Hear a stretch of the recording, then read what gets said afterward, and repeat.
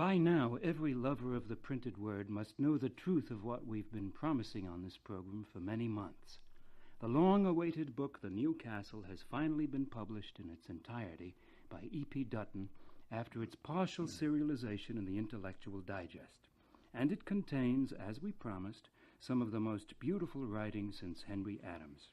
This golden prose tempts the reader to consider that our social and political and personal agonies may be purely apocalyptic, that we shall look back on these sufferings as part of a qualitative change in the human condition. At the very least, The New Castle offers the sophisticated reader a new way of looking at the history of ideas. Since we in this program were favored with a very satisfying preview of the finished work months before publication, we can devote this post-publication discussion to the literary curiosity that arises in the afterglow. How did Malachi Martin develop such a beautiful style? From what poets did he learn how to write? Was it Blake? A bit of Whitman, perhaps? Or the unknown Semitic poet who gave us the Book of Job? And how does Malachi Martin regard some of the other prophets who many of us see as working furrows parallel to his? R.D. Laing and Carl Jung, for example, maybe even Norman O'Brien, and in some ways, dare I say it, even Herbert Marcuse. And what is Dr. Martin Malachi working on now? Indeed, how can you follow through on such a major statement as The New Castle? How does a writer catch his breath after such an ascent?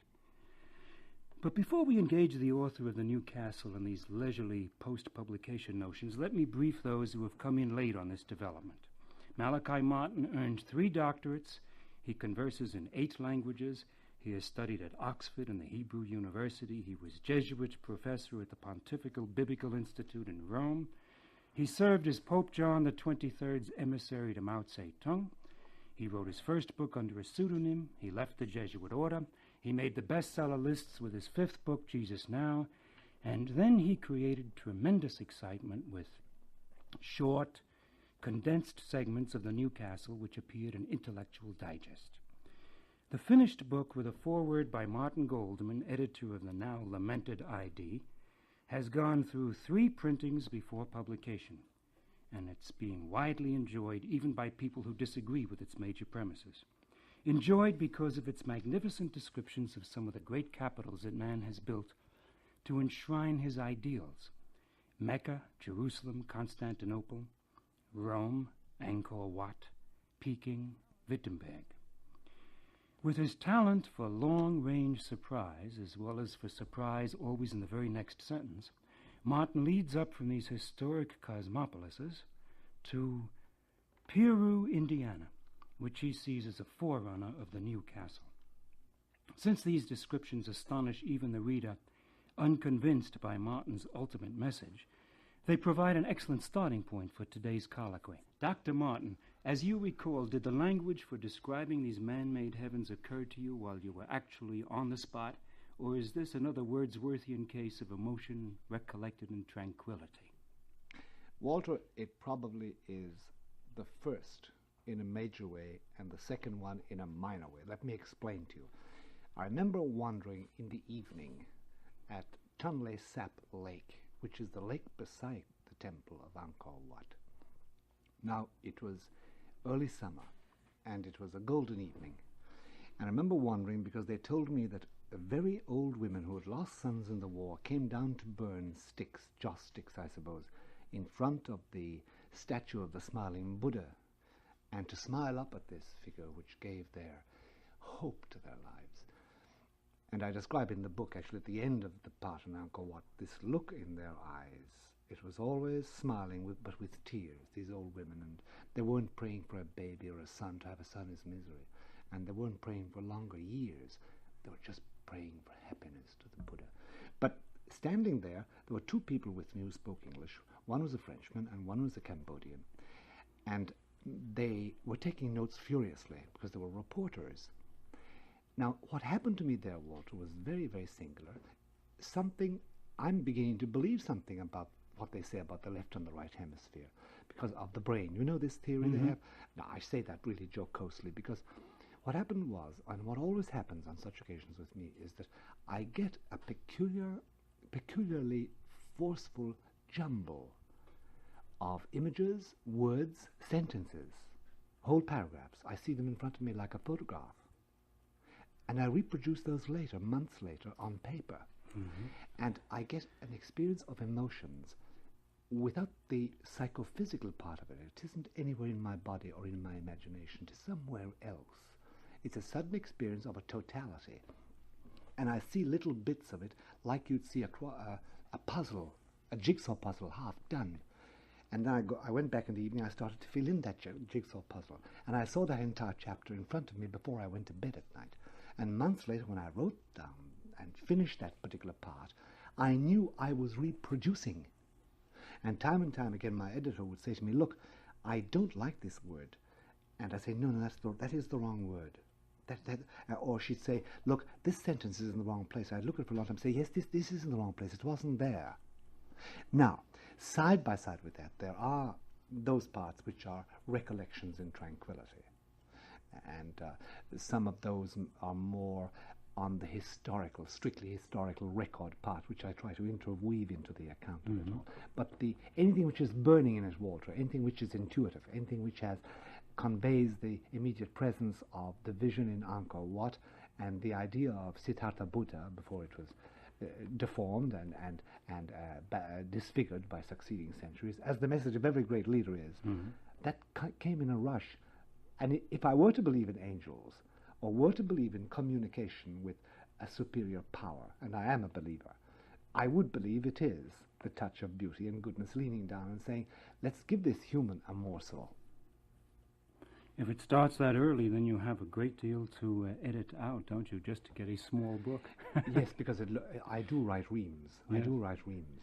Well, since you assume in the new castle that we shall experience a qualitative breakthrough in man's awareness, yes, can we assume that you regard the act of literary composition as a kind of breakthrough?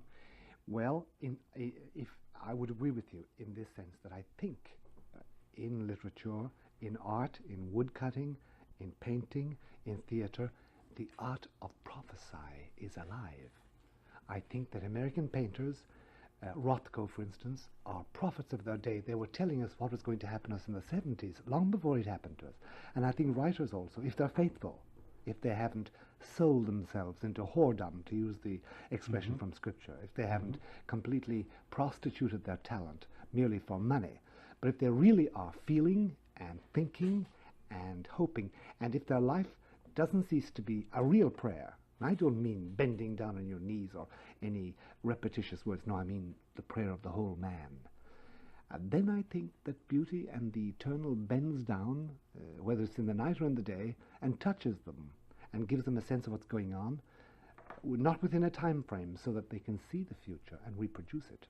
And therefore the answer is yes. I think that a real literary production reflecting what is going on around us is genuinely prophetic, in the real sense of the word, interpretative, and to convey to people what is going on so that when it happens they're not surprised.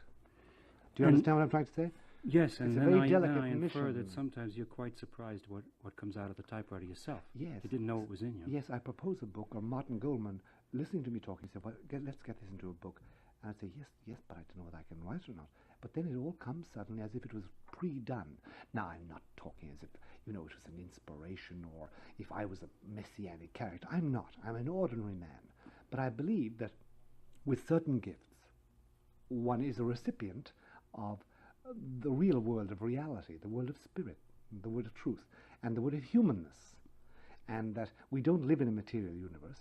We live in a human world, of which two constituents are spirit and matter is made real by spirit, not vice versa. Yeah, I was going to ask you about that, because you talk quite often about the two worlds, and yet it seems to me that you really believe in one. I do. I believe in one, Walter. Nowadays, even in the Advanced Institute at Princeton, if you ask somebody like Archibald Wheeler, or some of the people really advanced, they'll tell you matter is an abstraction, such as we know it. They won't go on further because science forbids them to do any more speculation than that. But for me, the world of spirit is the real world. And it is so close to us that it is all around us. And to use an image, it is so near us that it's paper thin. You could put your thumb through what we have and reach it. We have this barrier created by the abstraction called matter, and we have got to cope with matter. After all, I perspire, I've got to wash, I've got to eat, I've got to marry and settle down. Where are my children? I've got to, I've got to earn my daily bread, my parnassa. I've got to make sure I have enough money in the bank and observe the law and not run into the middle of the street and be knocked down by an automobile. We've got to take care of these things, but that's not the full reality. The whole reality is this thing called spirit. And I think the best example of spirit, Walter, in our day is that lonely man, Solzhenitsyn. Look, the biggest totalitarian hegemony in human history is in Soviet Russia. This man was unquenchable. He was only exilable. Period. They could not crush him. They couldn't kill him. All they could do was exile him with courtesy. Why? Just spirit. They could not do anything about it, and they can do anything they want to, so to speak. This man, no. And he is a lesson and a reproach for all the churches.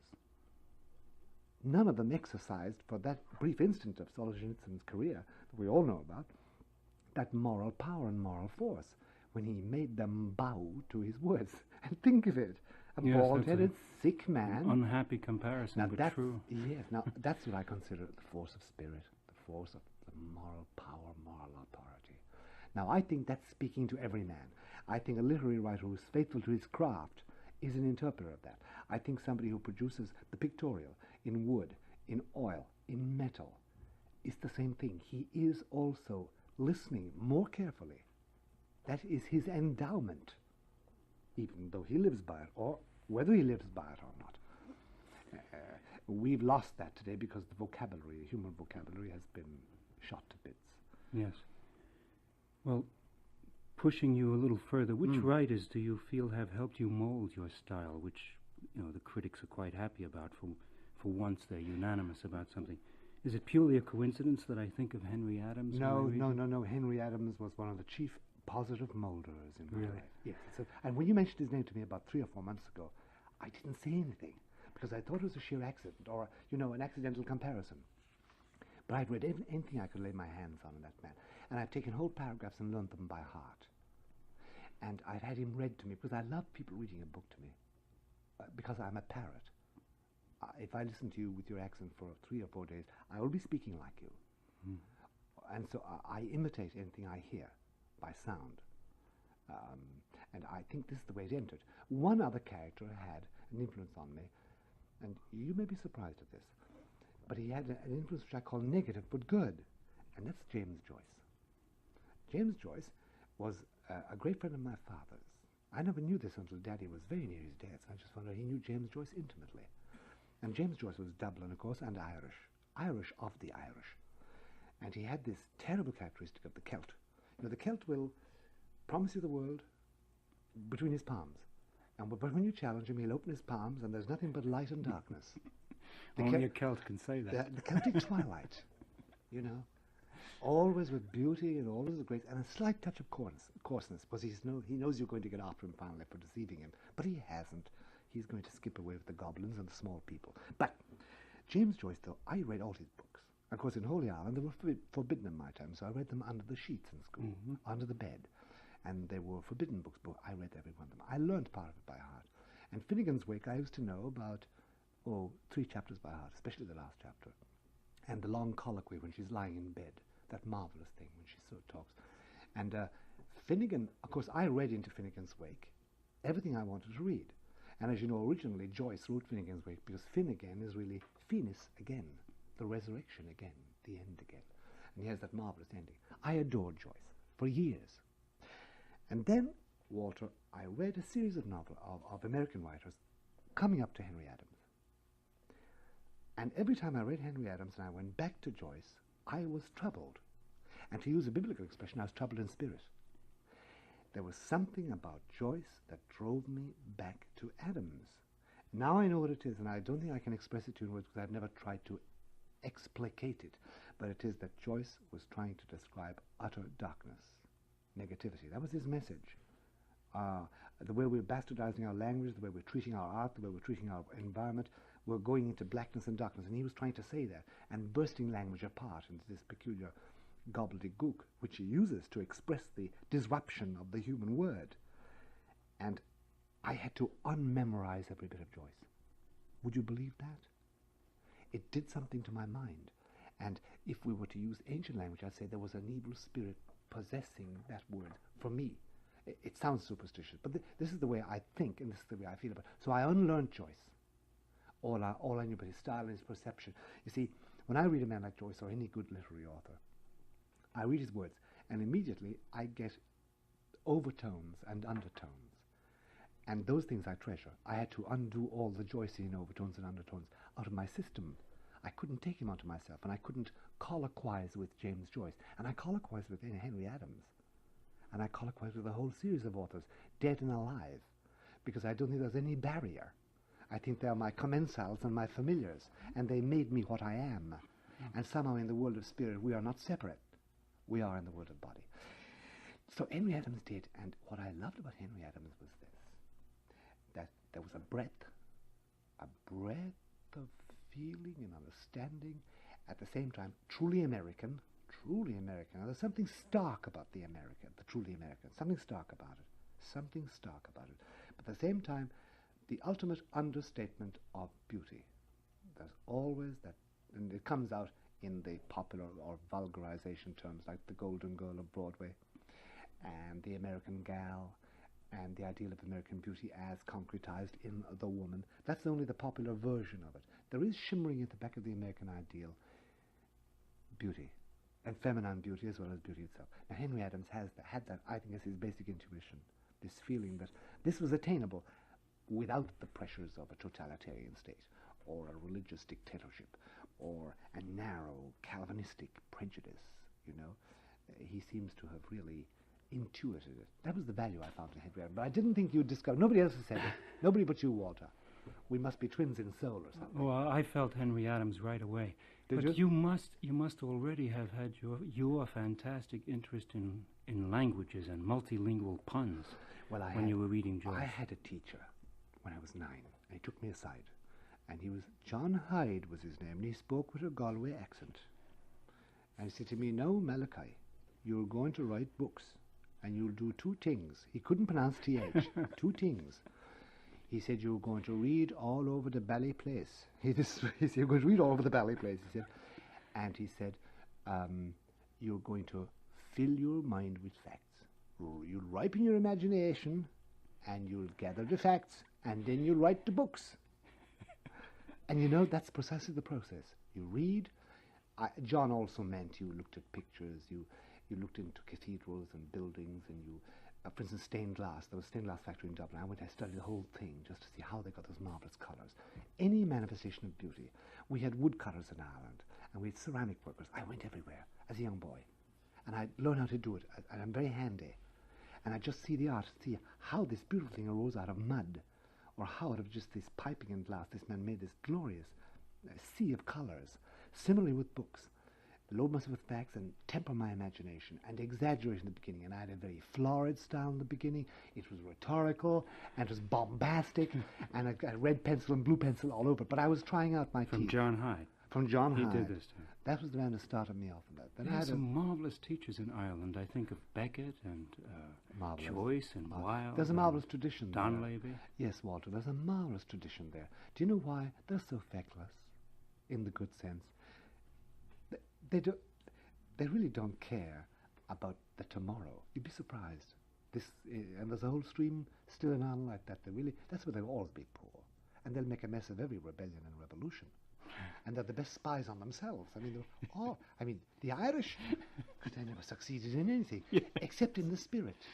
They have led in this. If you take the big names like Joyce, Bernard Shaw, these big names that came out, always with this peculiar power of fantasy, you know? And that's the tradition I was born into. And half my family, one side, the Costellos, were the really Spanish sheep stealers who landed in Kerry in the 17th century and became more Irish than the Irish themselves. They wrote poetry and they went mad. And they loved many women.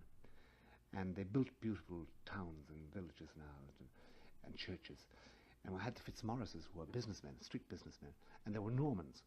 And then I had the Martins, who were primarily poets and writers. And that was in my blood and in my family. And I had several aunts who never married at all. They died at about the age of 150, and they wrote poetry in the boulevards in Paris. That was back in the 19th century. That's the tradition I grew up in.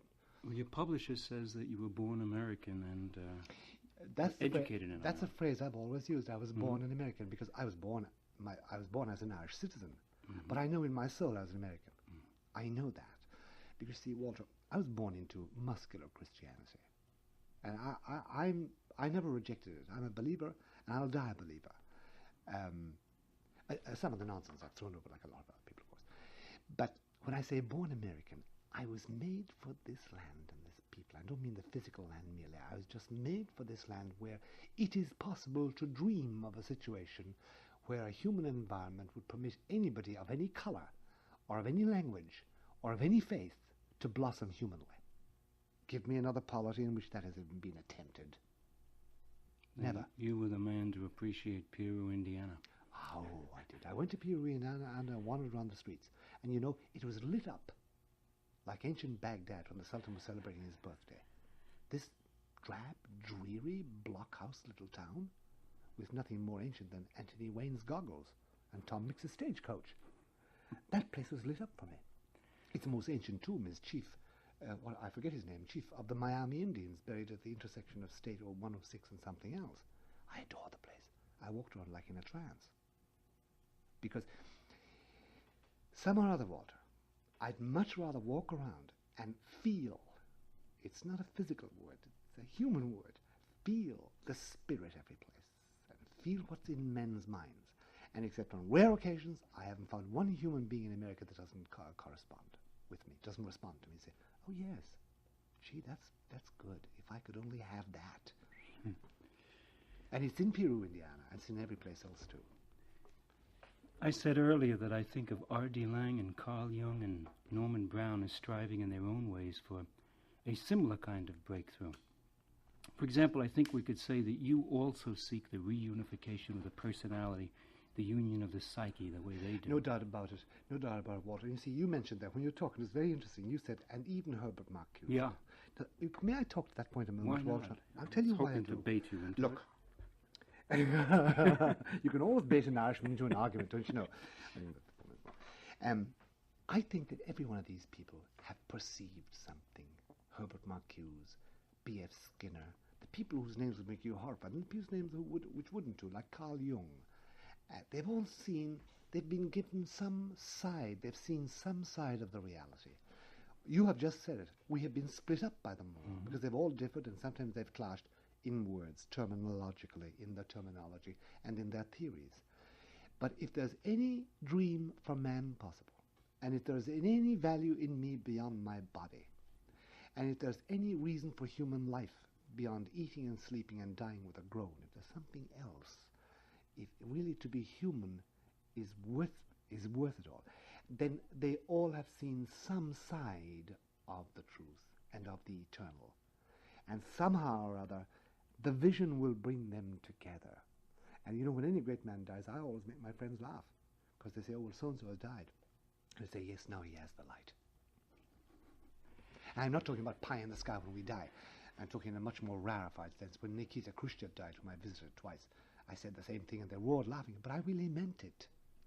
Because I think they all see the truth. Due to their prejudices, their rearing, their education, of course, they twist it one way or the other, and they fight with each other. But in reality, they're looking at the same thing, and in the end, some vision will unite it for us all, I think. Yes, when when Marcuse wants to eroticize work, he's coming to the problem from another direction. He is, and I'm way. sure in the depth of the night, or in the evening, if he smokes a pipe looking at Big Sur, or wherever he dwells, something touches him and tells him, look, I am beauty.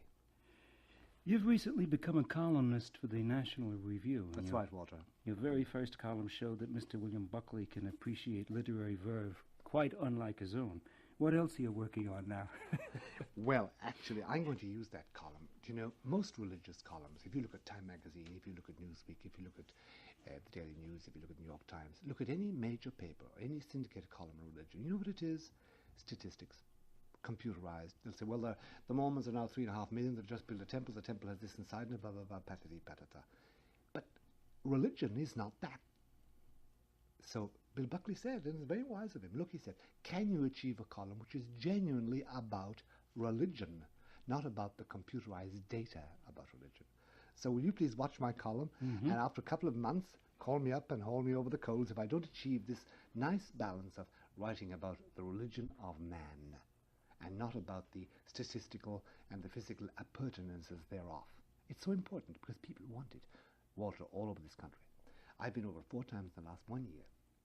People are saying, look, I'm fed up with this, I'm fed up with that. But they all want instruction. They all want, show us the light. They all know there's goodness there. They all know there's truth there. It's distorted here, it's distorted there for Jews, for Catholics, for Mormons, for Methodists. They're confused. Their leaders don't deal in spirit. They're too busy surviving economically, and they're too busy dealing in power. But everybody you touch really says, my God, yes, there is spirit. I want to know. Can you help me? Yeah. Usually you can't. There is this yearning. There really is. Even the Great Gatsby fad right now is an effort to get back to a fork in the road. Something, and the whole nostalgia thing, apart from its being commercialized and exploited, is again, can we find that? Can we find? Because we are being torn apart. There's no doubt about it. Somebody said a few days ago in my hearing, it's true that the water is just at our chins, and it's a water of panic. Yeah. We'll get through it, no doubt about it. We are in deep water. You're the most optimistic of us. Well, thank you, Dr. Martin, for giving us these inside views of the world of the New Castle. Excuse me. I want to remind our audience that we've been talking with Malachi Martin about his new book, The New Castle. The New Castle is published by E.P. Dutton. Also, I'd like you to know that if you're interested in hearing Dr. Martin in the lecture hall as well as on the radio, he will be the final speaker in a guest lecture series at New York University this fall. This series is called Writers on the Future of America. It will begin on Monday night, October 7th, and will conclude with Malachi Martin as the speaker on November 18th. So, for his book, The New Castle, you think of E.P. Dutton and Company, and for one of his appearances as a speaker, you might call New York University, 598-2373, for more information. This is Walter James Miller, hoping to meet you, too, in the New Castle.